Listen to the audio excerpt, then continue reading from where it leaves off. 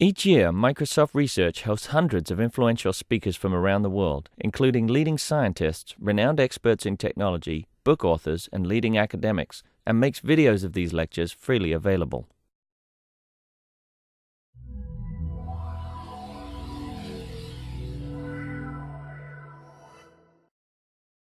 Well, good afternoon, welcome. I'm Kevin Schofield. I'm here to introduce and welcome Greg Bear, a good friend of mine and a good friend of Microsoft and Microsoft Research, here to the Microsoft Research Visiting Speaker Series today. Greg's here today to discuss his latest novel, Hull 03.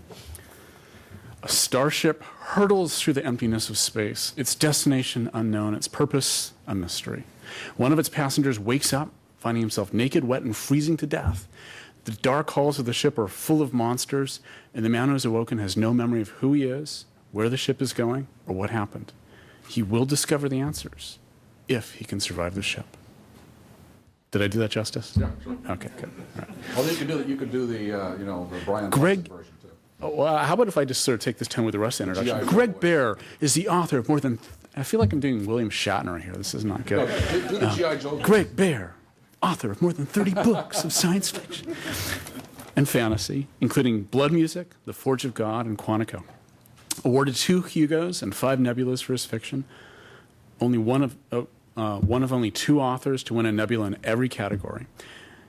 Greg has served on political and scientific action committees and has advised Microsoft, the U.S. Army, the CIA, Sandia National Laboratories, Department of Homeland Security, and other agencies. Please join me in welcoming Greg to Microsoft. Appreciate it. Now you definitely have to use the G.I. Joe voice to read that. This is kind of a banner month for me because we got Hull 03 out, and let me grab a copy from back there and show that up. So for you who don't have your copies, I might even want to do a G.I. Joe reading from it. Thank you. And they've done a very nice job on this.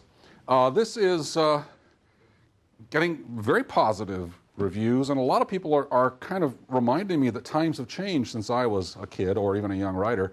Nowadays, when you write a forward-looking science fiction book with lots of tech and scary stuff in it and lots of speculation, it's retro. Only if you put zombies in it is it no longer retro. Because zombies are retro too. So one of the reviewers came up and said, this book is neo-retro. And I said, oh, because I'm writing like Roger Zelazny and Philip K. Dick doing a Robert Heinlein, Arthur C. Clarke book. And so it's quite a mix-up here. But of course, with my background, I go through all this stuff. This isn't the first giant starship book that I've done. There was a book 25 years ago called Eon, which was heavily influenced by previous generation starship novels. One way of thinking how you'd get out there, but a very expensive way to get out there. And certainly exciting when you spend 500 years and the equivalent of Microsoft Research aboard the Stone in Eon creates an infinitely long corridor through space and time that opens into all alternate universes. I mean, that's just what you would do if you had 500 years to putter around, no doubt. In this one, we're dealing with a more kind of down-to-earth economic picture. This is a starship unlike any we've seen before, and so that's part of the mystery as the character wakes up, is he's got some memory of what this thing should be, but it's the memory he will have when he's arriving. It's not the memory you have in the long periods when you're traveling between the stars, because without too many spoilers here, in that time period, you are not alive. You're not even frozen. Your memory says you're frozen, but in fact, you're created out of seed stock, basically, when you arrive to save all of the energy required of this, because nearly all of the energy of going to the stars is going to be getting there. And a long, long time ago, and this is where we're going to start asking questions, stuff I should have put in the book as diagrams and equations. A long time ago, in 1969, I think it was, one of my astronomy professors says, we're never going to get to the stars, because to go to any appreciable speed, you're going to have a reaction mass compared to your delivery mass that's just going to be horrendous, like 1 trillion times more, just by the rocket equations. And rocket equations are pretty solid stuff. And so the whole Starship Enterprise thing, how much antimatter would you need? Well, you'd need billions of tons of it to get the Enterprise on impulse drive up to near light speed. So it's always been, we've always kind of finessed that. And in this book I says, let's not finesse this. Let's find a way to do it. And so what we have is we've gone out to the Oort cloud and strapped a budding, moderately far future 200 or 300 years down the road, building engine, engineering engine, onto this moonlet and send it off to the stars, because the moonlet has all the reaction mass necessary, given the differential between the moonlet, say 150 kilometers across of dirty water ice and ammonia and everything else, and the mass of the ship, which is sufficiently large to be impressive by itself. So you have 3 hulls, each of them about 10 kilometers to 12 kilometers long, and all of them coming together at the end to form a final spaceship once it's been delivered. It drops its yolk sac, and then it arrives at the star system with a fully primed, highly educated, highly motivated, just totally gung-ho version of Heinlein-type Starship Troopers. But of course, they don't realize that it's pretty much all made up. Why? Because they need to be psychologically prepared. I don't think we've ever considered the loneliness of being in a small tin can moving between the planets or the stars for 2 years. That and your separation from the Earth and your separation from the ecosystem, it's just an extraordinary tough problem. Of course, not to mention the weightlessness, which you could solve. We've solved it, but NASA isn't thinking of solving it the way the science fiction writers or Benford or myself have solved it over the years, or other thinkers like Wernher von Braun. So all of these things come back and kind of gel in my brain into how would you do this? And then, of course, how do you tell a nightmarishly good story using all of the tropes that we've picked up from all the classic science fiction that we've all read? And that was my idea here. So maybe it's neo-retro. For me, it's just, I think, a really fun story in which we're trying to do both hard science fiction and hard economic fiction in both the fuel delivery system, the starship design, the psychology, the culture, and everything else.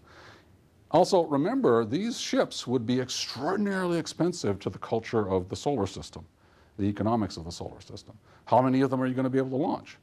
You know, it's all new. How many of these are going to be test beds? How many of them are going to succeed? They're like flinging out, of course, flinging out seeds into space. And that's very expensive for the plant that does it. So they're going to want to be able to do things when you arrive that will meet with almost any conceivable situation. And that's where the nightmares begin in this ship, is biology, ecology, the way nature works is the way this ship works. And we have many, many tools at our disposal on board this ship that don't quite mesh with the glowing Bain book Heinlein vision of all of our noble starship travelers arriving at a beautiful Earth planet, which is what we begin with. So I think I'll read that to you, and then we'll dip off into where we are. And I don't use the G.I. Joe voice for this one. So. Cloud modest, the planet covers herself. Our chosen is perfect, more than we could have hoped for. Rolling beneath, she slips aside her creamy white veil to reveal the sensuous richness of blue water, brown and tan prairies, yellow desert, a wrinkled youth of gray mountains hemmed by forests so green it is almost black, and the brilliant emerald sward of spring pastures, impossibly rich. My flesh is partner to the long journey. Like a hovering angel, I look down upon the dazzling surface and yearn. All the springs of my youth flow toward this new earth, a long limb of dawn in the east. How lovely. Our world turns wisely widdershins, the best of luck. There are 2 moons, one close in, the second much farther out and large enough for icy mountains under a thin atmosphere. We will explore that other promise once we are established here. We, dozens of us, so many gathering in the observation blister, finally bathing in real light. There is sweet joy in voices from real lungs and tongues and lips, and such language, ship language and dreamtime speak, all musically mixed. So many friends and more to come. Our laughter is giddy. We want to spread and lock limbs. We want a couple. We are eager to meet children as yet unconceived, eager to hurry them along so they can share this beauty with proud parents. We, kinetic, no longer pent up or potential. The long centuries are over. We are here. Planters and seed ships have descended before we came awake. They have analyzed and returned with the facts. Our chemistry now matches this world's fons et origo, fountainhead. I don't remember the name we've chosen. It's on the tip of my tongue, not that it matters. I'm sure it's a beautiful name. We form teams, holding hands and waving weightless lines in the blister, calling to each other using our dreamtime names and smiling until our cheeks sting. We make awful, funny faces like clowns to smooth and relax the muscles of our joy. Soon we will choose new names, land names, sea names, air names, poetically spun from the old. My new name is on the tip of my tongue. Hers is on the tip of my tongue. She is nearby, and I find myself strangely embarrassed to meet in person for the first time because I have known her for all the sleepy ages. We played and learned together in the dream time and resolved our earliest disputes. Making up, we realized we were incapable of being angry with each other for long. She is a master of ship's biology. Myself, training and culture. Long, lazy times of instruction and play and exploration, shot through with intense training, keeping our muscles fit. There is no experience like it except for coming awake and meeting in the flesh. The world, the flesh. Our lines move toward the chrome silver gate and the translucent white bulkhead. We are moving into the staging area. Landers await us there, sleek shadows, ghostly gray. Our beautiful ship is too large to land, 12 kilometers long, huge and lonely. Once she embraced an irregular ball of rocky ice over 100 kilometers in diameter, the shield and yoke of our interstellar journey. She still clutches a wasted chunk of this Oort moonlet, just a few billion tons. We decelerated with fuel to spare and now orbit the prime candidate. How long? The years are spread out cold and quiet behind us, the long tail of our journey. We do not remember those years intimately. There were so many. How many? It doesn't matter. I will look at the log when there is time after the teams are chosen to make our first journey to the planet's surface. Our new names are called, and we arrange ourselves in the loading bay, ceremonial outfits like so many brilliant daubs of paint, the better to see and be seen. She is here, comely in blue and beige and green. Her look is bold, confident, large, deep eyes and wide cheeks, brownish hair cut short. Her look my way is a loving, thrilling challenge. She sits away from the others in the lander by a spare seat, hoping that I will join her. She and I will be on the first team. We. I recognize so many from the dream time. Friendly, joyous, hugging, shaking hands, congratulating. Words spill. Our tongues are still clumsy, but our passions are ancient. We are more than any family could be. We fought and argued and loved and learned through the long, cold voyage. We chose teams, disbanded, reformed, chose again, and now the fit is perfection within diversity. Nothing can stand between us and the joy of planetfall. A smooth jolt of perfectly designed machinery. Severing connections with ship. The lander is less than 100 meters long, a tiny thing really, yet sleek and fresh. Time is moving so fast. I unhitch and push off my harness to be closer to her. She scolds, but she wraps her arms around me and the web accommodates, the net stretches. We'll have to see so many others have done the same. Viewing ship from outside along her great length, we marvel at her condition, weathered, yet intact, noble, protecting. Ship, combined from an early formation of 3 hulls, now resembles 2 ancient stupas joined at their base, designed to protect against the hard wind between the stars. Streamers of plasma convection once flowed and glowed ahead of and around the hulls like foggy gold rivers, ferrying interstellar dust, icy, glassy, metallic, aft, where it was processed into fuel or forged to replace ship's ablated outer layers. Now the last of the plasmas feebly glow around the pinched middle, a vestigial beacon. The view distracts us for only a moment. We are lost in simple wonder. 1 out of 100 ships, we are told, would survive, and yet we have made the longest journey in the history of humanity. We are alive, and we are here! Life start. A jerk and an awful sound, like water rushing or blood spurting. Everything's dark and muddled. A little redness creeps into my vision. I'm surrounded by thick liquid. My legs and arms thrash out against a smoothness. Have we crashed? Did we break up in space before we landed? I'm already losing bits and pieces of what all that means. My memory is becoming like a puzzle, picked up and shaken apart. Puzzle, jigsaw puzzle, all wrong. My entire body hurts. So we get a little bit of a jerk up there as the propaganda passes away. So if you go down to Fremont and see the Lenin statue, you know what we're talking about here. Okay, the forward shaking Starship Traveler. And that's what you put into the minds of the children you send out there because it's nice. They need that sort of strength, but not when it goes wrong. So that's Hull 03. Now,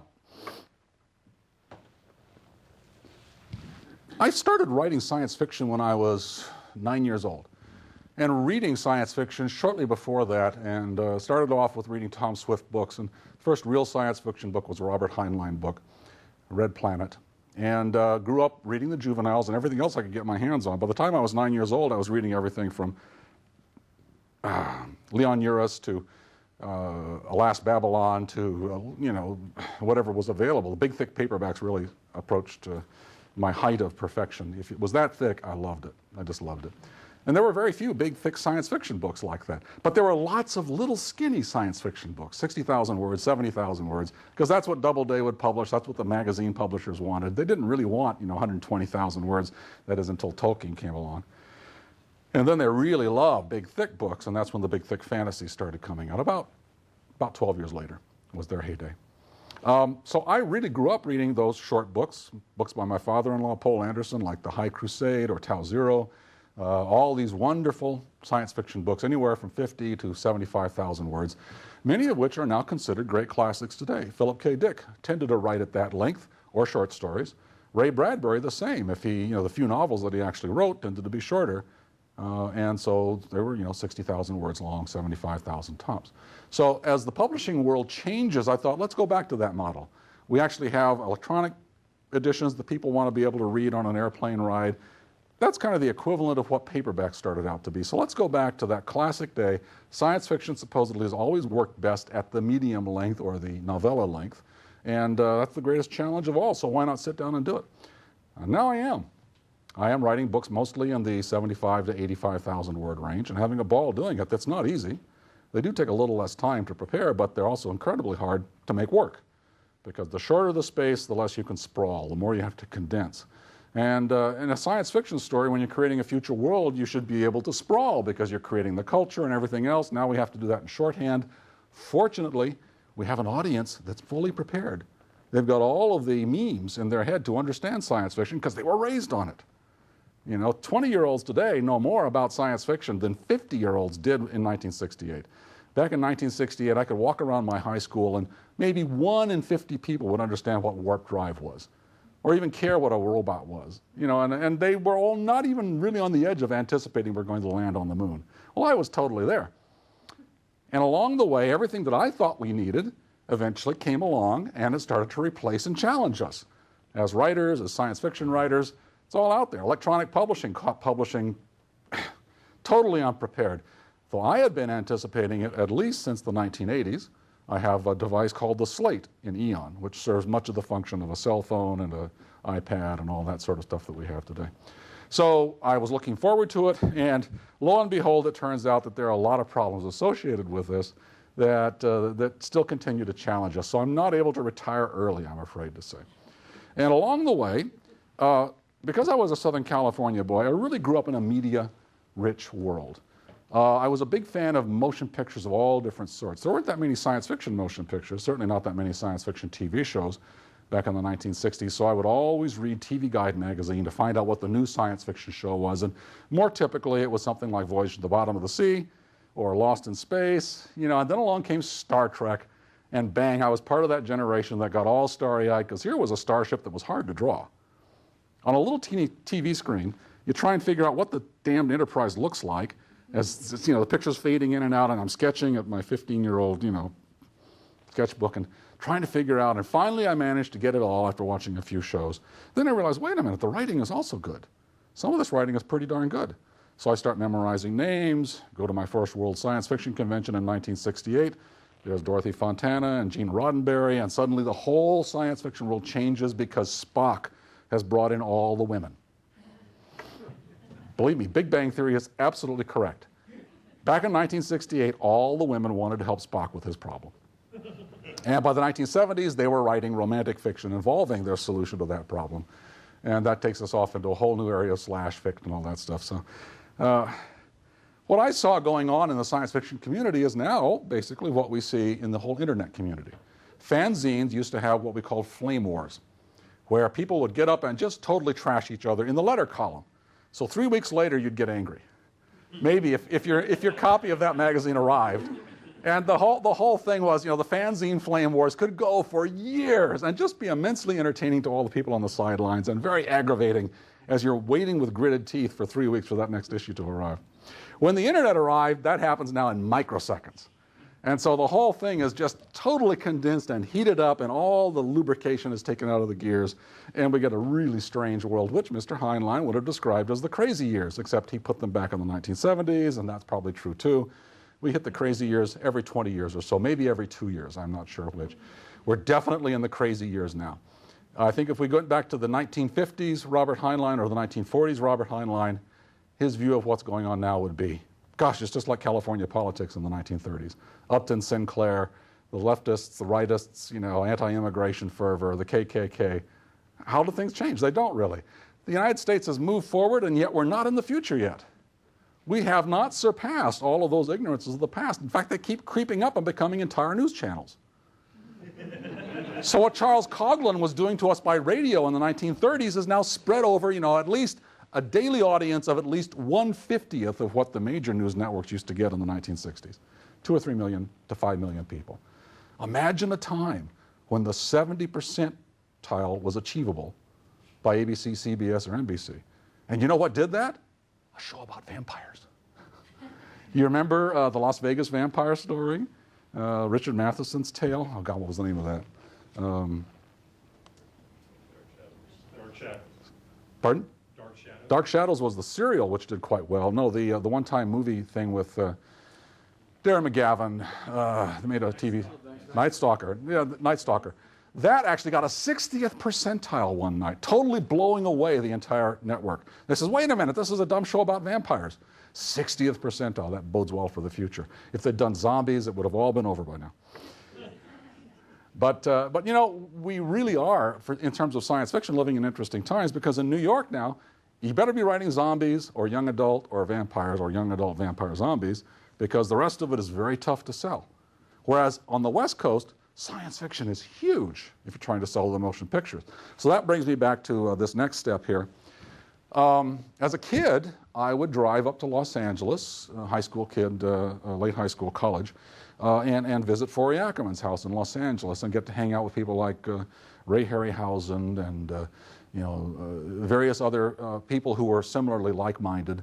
A lot of Forey's visitors were people like Steven Spielberg and George Lucas. I don't know if Lucas actually ever went to Forey's house, but he certainly read Spaceman magazine and Famous Monsters and all that stuff. We all did. And they were the source of material because you couldn't actually see most of these movies on TV. There were no DVDs, no VHS tapes. It was an ignorant, dark time. And so we'd have to go up to Forey's house to watch rare films.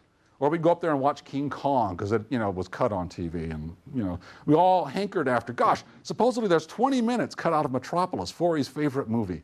20 minutes gone since they distributed it in America. No one's found it. Well, guess what? It just came out. The 20 minutes are back. Forey's gone too.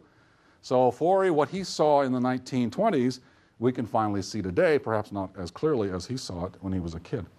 So there's all this wonderful flux of material of text and cinema and media, and then the gaming industry comes along. I remember back in 1993, I think it was, Nathan Myhrvold sponsored a thing here at Microsoft, probably over that way, the old building. Building 9, was it? Yeah. And Nathan got a bunch of writers together and says, what's the future of fiction going to be? And after we all fought around, he picked out a couple more for further interviews, trying to pick our brains. And after about 1994, suddenly I says, I know what it is. It's going to be franchise fiction. It's going to be established stories, much like we see with Star Wars and Star Trek at this point, and you're going to be allowed to write in them as a fan and create and work around with them and do this and that. And it's going to be interactive to a great extent. Of course, the franchise owners will keep control of things and judge, but you may actually get paid something if you create something that's useful to the overall fan base in this extended universe. Guess what? It's here. And it's not only at Valve, it's at the Mongoliad. We're doing this sort of thing now on a regular basis. I don't know if you've seen the Mongoliad, but that's Neil Stephenson and me and a bunch of our friends getting together to have a heck of a good time writing a serialized historical novel set in the 13th century. And along the way, we've created this new model, this newer model of publishing, where you subscribe, you pay a $10 fee per year, you get your material delivered to your iPad, your iPhone, soon to be the Kindle, we hope, or your computer, and you can read it on a basis just like Charles Dickens sent out little bits of stuff in magazines, or science fiction novels were actually serialized at one point on a regular basis. So all of that's flowing in. I've never been busier in my entire life because A, I love movies, I love television, I love books, I love the gaming world. Bang, guess what I'm doing? I'm doing books, I'm working on motion pictures, I'm working on television shows, I'm working with gaming people to do things like this. This is the first Forerunner book. Kevin just brought this by, and there he is. And so this is a copy I don't even have yet, which shows you how special writers are. We're doing the history of the beginning of the Halo universe, the Forerunners. This is the first of the Forerunner trilogy. So actually writing a kind of book that Arthur C. Clarke would love to read, I think. Going back 100,000 years, classic science fiction, being allowed to play in the Halo universe, and that'll be out this January 4th. So there's that. There's Mongoliad, which I'm working on. I edit chapters every week. We put them up there. It's like working on a television show because you've got a regular delivery system and 6 writers, and you've got to bring it up to speed and get the chapters out there looking and reading kind of similar in style. And Neil and I do that, and my son is working on that as a chapter writer. And we got Mark Teppo working on that also. And then I get to go over, both my son and I, but also to work with the 343 people and work on Halo and kind of get involved in the deep, dark secrets. They give you a little book that's so individual that if you try and put it on eBay, they hunt you down and shoot you. And all this great stuff going on. As if that weren't enough, I'm trying to become a hot young screenwriter.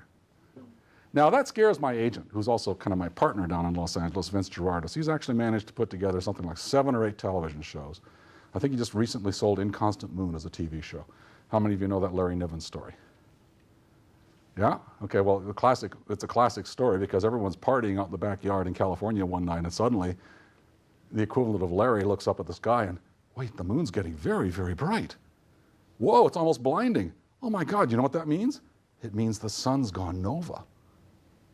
How many hours have we got to live? Now, that's a cool idea for a story, but it's actually a pretty intriguing idea for, how many hours have we got to live until dawn?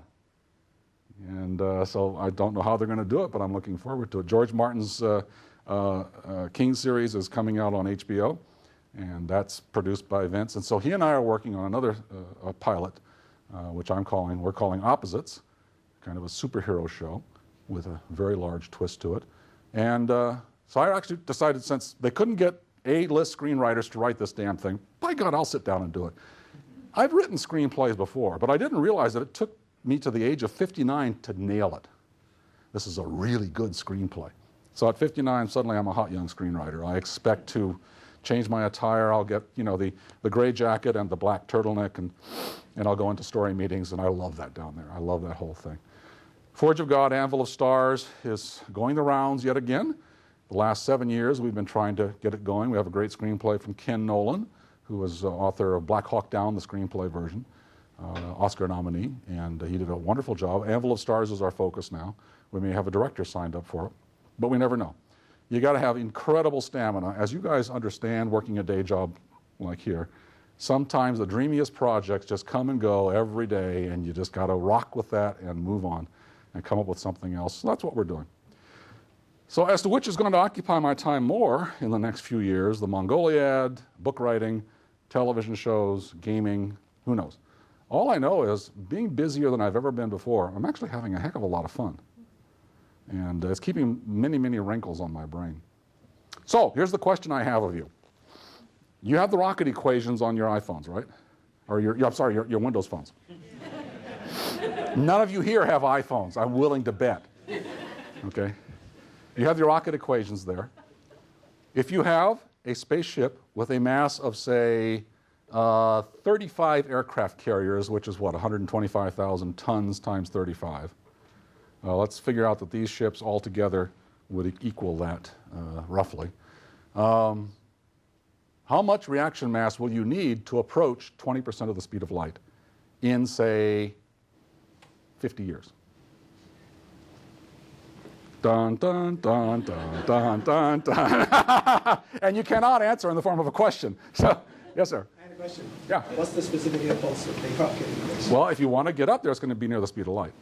So you've got a plasma drive, or the equivalent, high-tech equivalent of it, near light speed for ejecta. And you're probably sending out hydrogen nuclei, protons, neutrons, that sort of thing. And maybe some electrons, maybe some neutrinos, although I doubt that gives you a big boost. Unless we know more about neutrinos in the future, which is possible because I call it a bosonic drive. So let's assume neutrons and protons at near the speed of light. He's already working on it, so. Oh man, I'm very disappointed. When I did this at Google, asking them how many volumes would it take to fill a universal library, they had it that fast. It was a number that was longer than anyone could speak in an entire lifetime, but that's another problem. So. Yeah, of course they did. And then they looked at me hard and they said, you know, we deal with that every day. So how cool is this? We actually are living in the future. Now, all of you young people out there, I'm sure you regard it, oh man, it's just a miasma of challenges. But looking back, I'm beginning to realize how much America and the world repeats things over and over and over again, and how little we've actually accomplished of the dreams of science fiction from the 1950s and 60s. Flying cars, well, everyone wanted those, but you know, I've seen flying cars. I actually worked in a museum that had them from the 1940s. You just strap wings on them, you know, and you could fly it around, and not quite like Back to the Future. So we've had flying cars. Jetpacks, they had them in 1963. What do you want? You know, everybody to have jetpacks? Well, okay. They're not cheap, and of course the fuel. So where are we then? Well, we're still puttering along. We're still raising kids and teaching them to think large imaginative thoughts. We're still self-critical. We're still changing socially, and boy, sometimes it's really hard to change certain parts of our American psyche. It always has been. All you have to do is watch John Adams to realize, oh my God, this is like, you know, Fox News was born in 1786. It was. It really was. You know, the whole controversy. So we got to go with the flow. We got to get done what we can get done. And there's an awful lot of cool stuff that we've ignored. Like, who pays any attention to the space station? We've had a space station for years. And now, and that's what Mr. Heinlein would have said the public reaction was. Don't know if you remember the opening of Destination Moon, 1950. George Powell production based on a Heinlein script and short story. A bunch of engineers get together to persuade the rich people of the planet that we need to control the high ground of space, otherwise the Ruskies will be dropping rocks on our heads. And if we're not up there first, then we got to show them by going to the moon in this atomic rocket. And the rich people say, oh, okay. Now they're all 75 to 90 years old in the film, because that's, you know, to be a billionaire, that's how old you have to get. And I was waiting throughout the 1990s for all of our rich people to start building spaceships. And it finally happened. You know, they read Red Planet and rocket ship Galileo too. So we got you know, Spaceship One. We've got Elon Musk and SpaceX. We've got rocket scientists all over. So that dream is starting to come true. The other one was, of course, the atomic spaceship, which probably won't happen for a while. Turned out that back in 1950, they showed that there would be a huge protest about having a nuclear power flying over your head. So all the crowds show up at the chain link fence and start rattling the fence to stop the spaceship, and they have to launch anyway. The private enterprise people defying the vox populi, which of course is ignorant of science. Radiation is good for you, we all know. I just love all of these visions and all of the alterations of it and so on. So yeah, nuclear power, space, we've got that. We actually do have nuclear drives out there. What else are we looking at? Time travel. Teleportation. Rick assures me he's working on them. I think you guys probably have things you can't tell me. I remember going to UW in the 1990s and with Gregory Benford, we went to a physics lab there and looked at, you know, way down into this pinning trap.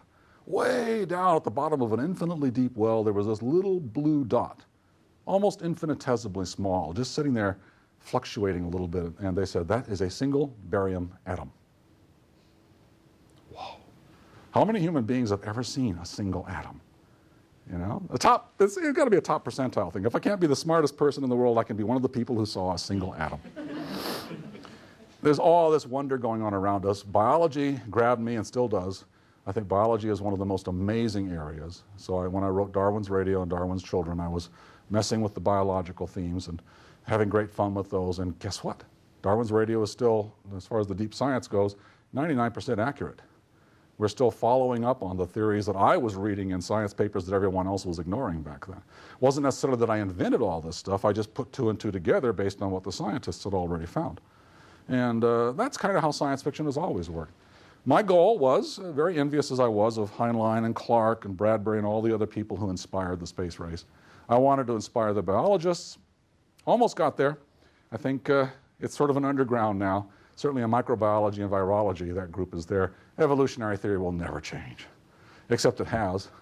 Nowadays, we call all of the things that I was talking about, punctuated equilibrium, the whole notion of that idea, has now become, temporary change. I forget what the exact term for it is. The species actually do have a toolbox that they can access to make temporary changes.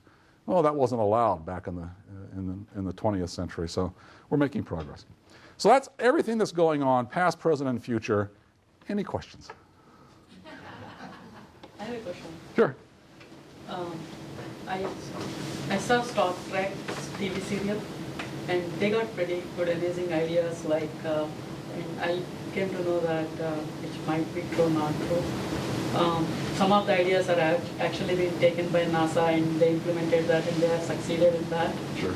Is that something actually true, or actually how your ideas are actually getting into that kind of practical implementation perspective? It's hard to know. When you talk to people in Homeland Security, they don't tell you whether they're listening to you or not. And that's true of the U.S. Army and everything else, and true of Microsoft too, for that matter. Repeat the question. Watching Star Trek TV show, you see a lot of things that end up being utilized by NASA and seem to be part of our modern culture today. The common one, of course, would be the communicator, which is like a flip phone today. Yeah, I think you do see that.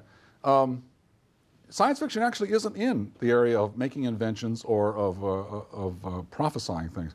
It's in the area of social criticism that we're most efficient. We take possible social trends and then we show the social reaction or the individual reaction to them.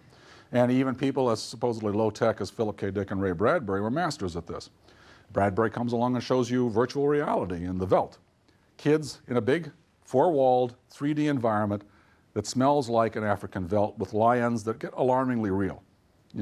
Emphasize the psychology of the children. That and Arthur C. Clarke and City and the Stars. The first chapter begins in a video game. This is 1 billion years in the future. Yes, we do have video games now. Took a little, sooner than maybe Arthur was hoping, but there's this whole video game structure, computer game structure, three-dimensional, total immersion type stuff. We haven't gotten that far yet. Maybe we'll before 1 billion years are out. We're getting close, though.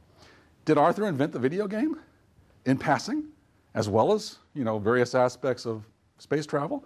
I think so. I don't think there's much before that. Or we get to virtual reality in the 70s, people like John Varley moving on to what's going to become famous when William Gibson gives it a name, all that sort of stuff. So yeah, we have kind of done that.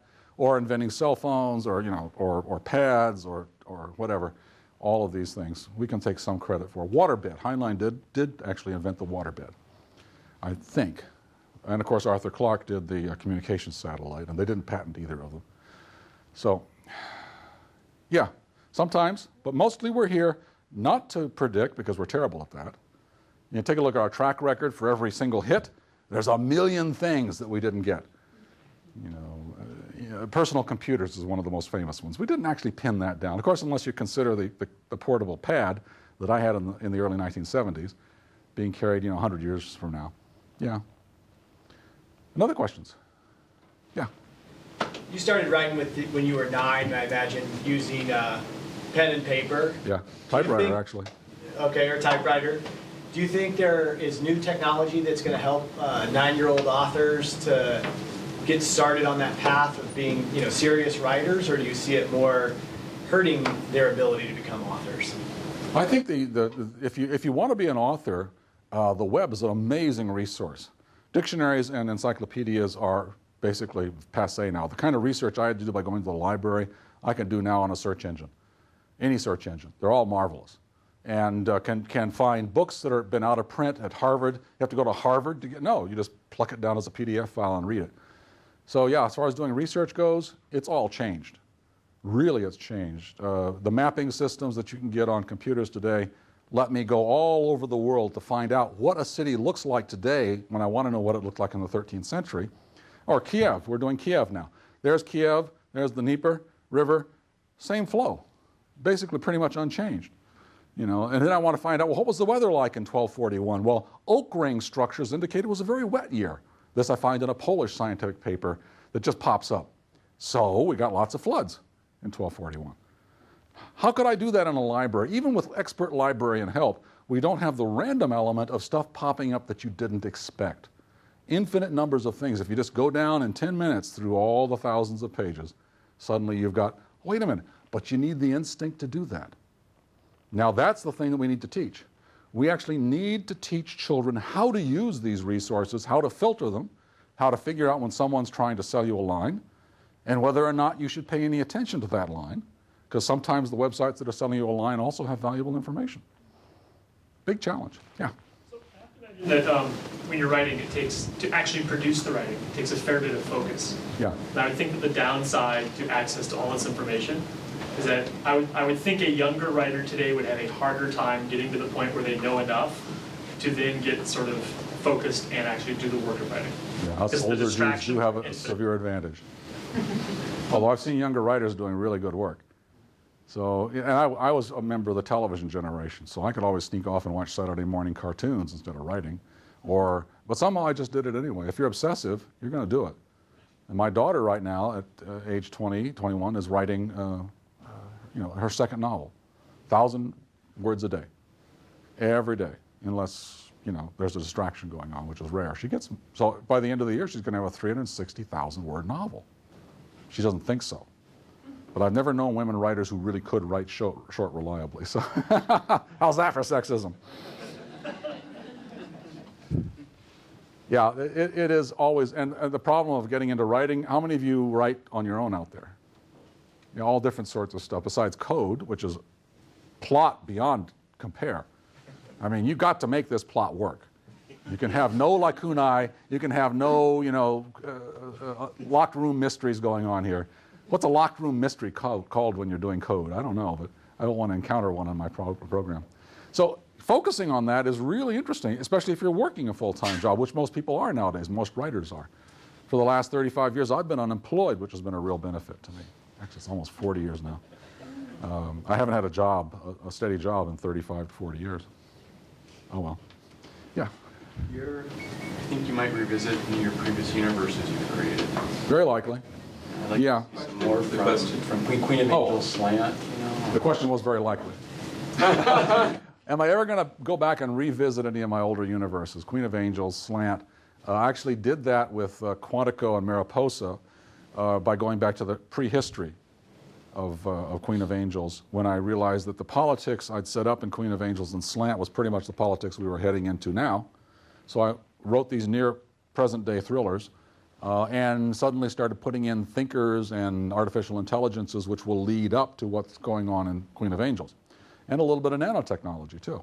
So the early versions of this, and yet, in my experience, modern day science fiction is actually, instead of being all inclusive, has broken down into sections. And people say, oh, that's not science fiction, that's a techno thriller. When I was a kid in analog, they published techno thrillers. They had high-speed jets, breaking down over the North Pole and having to be rescued. Now that's a Tom Clancy novel. So I think I'm just old school science fiction, which means I do all of this stuff and have fun doing it. And sometimes I manage to play tricks on people, and when they say this isn't science fiction, I say, but take a look at this. Where are we heading here? And they go, I don't care. There's no vampires, no zombies. Back to square one. Yeah. What do you think happened? As far as I can tell, in the 90s there was a lot, in early 2000s still, a lot of Drexler-style nano stories. And now there's just very little nano of that style going on. There's still, did the biology kind of subsume that? Well, that's what I figured would happen. I knew Eric Drexler back when he was working on this stuff, and I thought it was visionary and wonderful. And I says, biology is going to beat it out. It's already there. Protein molecules are already nanomachines. What they wanted was something that wouldn't decay, something where you could live forever. Basically upload into a giant crystalline star and be there forever solving astronomical problems, I suppose, for the rest of time, or living in virtual worlds where sex is easy, which for a nerd is really important. I love Big Bang Theory for that reason. It's 110% true. And they've left a few characters out who are a little too unpleasant to deal with, though. So, the whole point of nanotechnology is now in biology. We're doing things with biology, like making babies. That's a self-replicating nanomachine. So the obvious, of course, but whether we go back to that or not, I think nanotechnology has been subsumed by industry. It is now microparticles in cosmetics and golf club shafts. Okay, I've complained about that, but they don't listen because they're making money. You know, nano cosmetics is a big area. Why? Because we grind our flour exceedingly fine. So we got to build that back up again. The original vision Feynman had, we haven't achieved yet, except, of course, in biology. There's room at the bottom. Pardon? There's room at the bottom. There's always room at the bottom, but that requires, I think, I don't think we're in the most, in some respects, the most inventive period in our history. In my lifetime, that was probably the most inventive and fermentive time in history was between 1945 and 1970, I think. Maybe we'll go to 1980. And in that time period, you had all of this stuff going on, but at the same time, America was pulling back and the rest of the world was moving forward. So now we see situations in India and China which remind me of the United States in the 1950s. The whole psychology of it is just amazing to me. Watch it.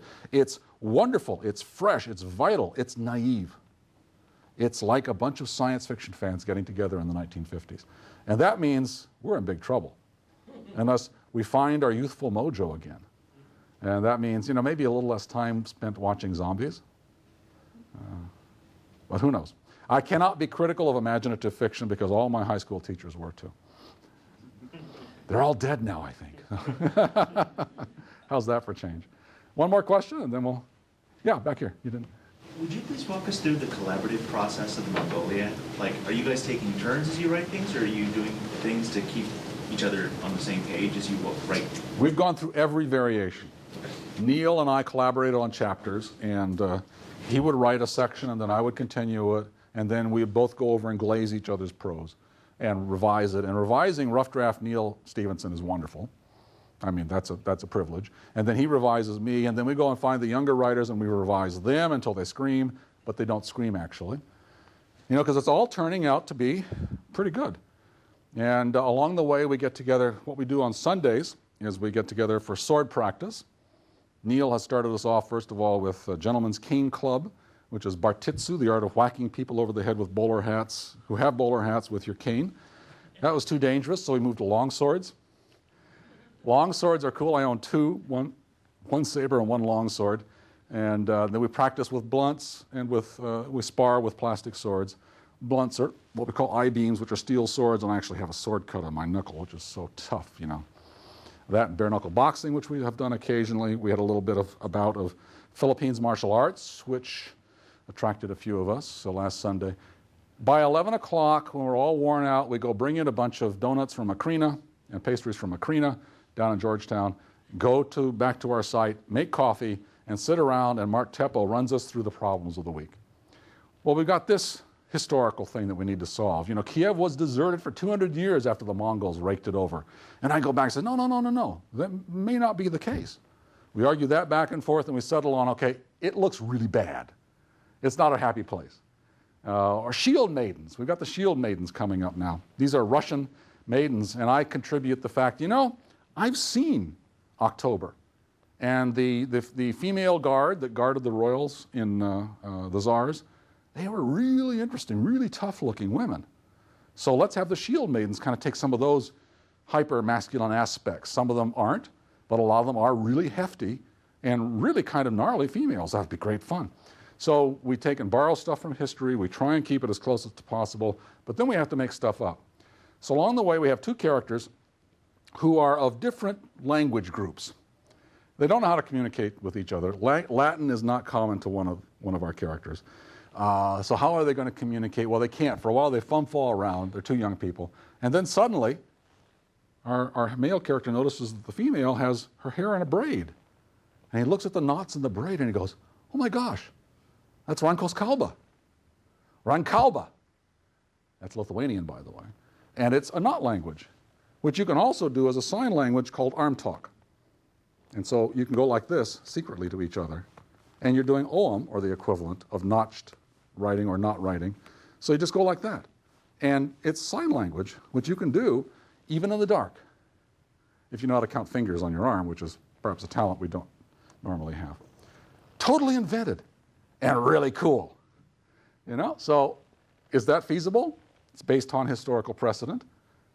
And we don't know much about that time period. There's a lot of stuff we can fill in. So that's kind of what we do. It's really good fun. And the amazing thing about it is, even though we have tizzies every now and then, I'm known for tizzies in this group, we're remarkably low on ego. Because our overall company is called Pulp. That's our ambition. Get out whopping good stories that you just can't put down fast.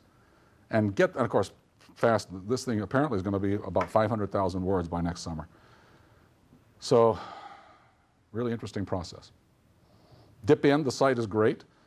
We do not have the Windows Phone application yet. We're working madly on it. I believe the Android application is coming up. We've got the Kindle coming shortly, being helped by these groups. We've got some investors moving in and taking an interest in all of this, and we're working toward developing a game. And so it's a startup company, and I've never done that before. I tried to get horn in on Microsoft back in the 90s, but it wasn't really a startup company then. And they didn't listen to my vision of franchise future fiction. So the whole thing with Nathan never quite worked out. I think Bill scotched it. So one more question, and then, yes? Time machine and time traveling is a fiction, right? Yeah. Is it really going to be a reality? And what do you think about the time machine thing? I really don't know. I suspect there's aspects of it that are insuperable to our technologies today, our understanding, our philosophical understanding. I strongly suspect that our point view of how time moves or how we move through time is wrong. I suspect that each of us, in a real physical sense, operate in a smear of time, that we catch up with each other just like particles communicating with each other. There was recently, and the quantum effects, who knows, there was recently an article on optimization of quantum effects in chlorophyll in plants. And when I heard that the evolution has actually evolved to take advantage of quantum effects, including multiple worlds, in plants, knocked my socks off. Because if it's going on in plants, it's probably going on up here too. Which means that things like ESP, precog, all that sort of stuff, to a point, you might be able to see at times down timelines. Or your brain is thinking them through, just like a science fiction writer. Or it's a combination of the two. That gets really strange. Are you time traveling? Do you change the present, the future? I think all the way we ask questions is wrong. At that point, it becomes very mythic. And at that point, I say, we start looking toward what the people were saying in the Vedas, because they knew as much as we do. Let's go back 6,000 years now and figure it out. So thank you very much for coming. Let's sign some books and